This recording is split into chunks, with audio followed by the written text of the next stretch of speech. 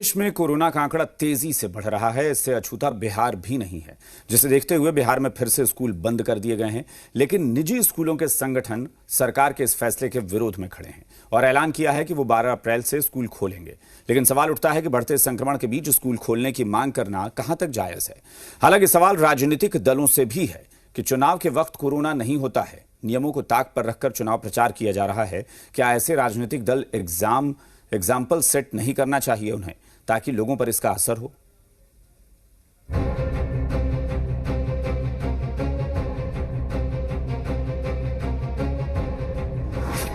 School बंद करने के फैसले का विरोध, निजी स्कूलों के संगठन का प्रदर्शन, स्कूल संगठन की मांग पर राजनीति। कोरोना ने दायरा क्या बढ़ाया, स्कूलों में फिर से तालाबंदी करने का फैसला कर लिया गया।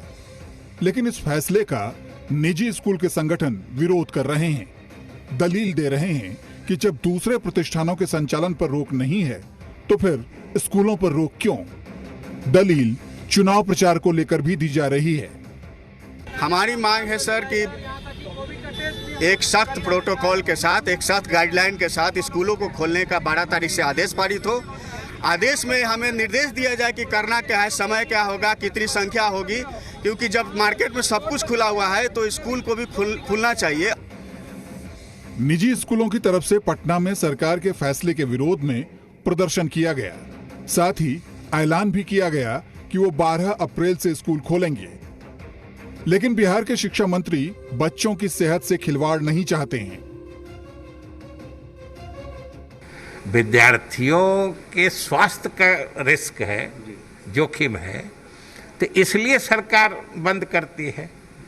तो मेरे समझ से चाहे समाज के किसी क्षेत्र के लोग हों, सरकार के इन कार्यों में सहयोग देना चाहिए, क्योंकि ये समाज के और बच्चों के हित के लिए ही किया गया है। तो वहीं छात्रों के पेरेंट्स भी स्कूल खोले जाने के पक्ष में नहीं हैं। पेरेंट्स का मानना है कि जब ऑनलाइन क्लासेस हो रहे हैं, स्कूल की फीस भरी जा रही है, तो फिर दिक्कत क्या है? एज ए पेरेंट्स तो मैं पहले भी बोल रहा था, कोविड का जैसे अभी तो सुनने में आया, मैं पहले ही बोला कि अगर स्कूल खुलता है 6 तारीख से तो मैं अपनी बेटी को नहीं भेजूंगा। हालांकि स्कूल बंद करने के फैसले को लेकर सियासत भी गरमाई हुई है। विपक्ष का आरोप है कि सरकार खुद भ्रम में है और लोगों को भी भ्रम में रख रही है। देखिए, बच्चे के प्रति अगर कोई सबसे ज्यादा संवेदनशील होते हैं तो उनके माता पिता होते हैं। अगर उनके माता पिता चाह रहे हैं कि बच्चे घर में बिगड़ रहे हैं, पढ़े, तो इसमें गलत तो नहीं है। स्कूल को सुरक्षा प्रोवाइड करें और बच्चों को भेजो। एक तरफ भारत सरकार के अधीन जितने स्कूल हैं और राज्य सरकार के अधीन जितने स्कूल हैं, चाहे सेंट्रल स्कूल हो या नवोदय हो या रेलवे का वो गिरोह हो, वो फीस ले रहा है। दूसरी तरफ सरकार कहती है प्राइवेट वालों से आप फीस नहीं लीजिए।